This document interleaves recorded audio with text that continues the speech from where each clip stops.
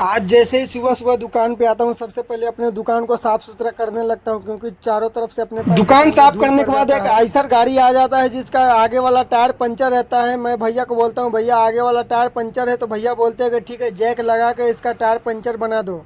मैं फिर लग जाता हूँ इसको जैक लगा के और टायर खोल के इसका लग जाता हूँ पंचर बनाने के लिए। सबसे पहले इसको टायर खींच के इसका लगता हूँ हवा भरने के लिए। हवा भर के टायर का बीट छुड़ाने के बाद इसको लगता हूँ टायर का फिटिंग, टायर का रिम छुड़ाने के लिए।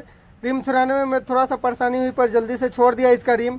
रिम छुड़ाने के बाद सबसे पहले इसको लग जाता हूँ ट्यूब में हवा भरने के लिए, क्योंकि पंचर भी चेक करना था। ट्यूब में हवा भरने के बाद इसका लगता हूँ पंचर चेक करने के लिए।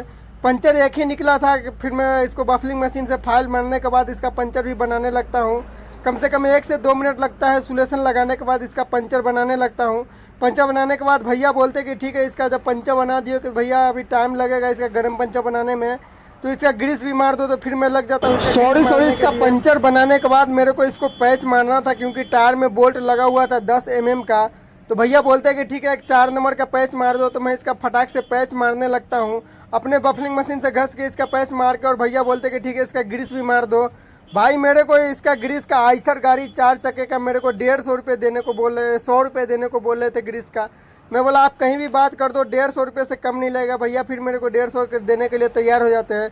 फिर पंचर बनाने के बाद इसका लग जाता हूँ लंगोट और ट्यूब फिट करने के लिए।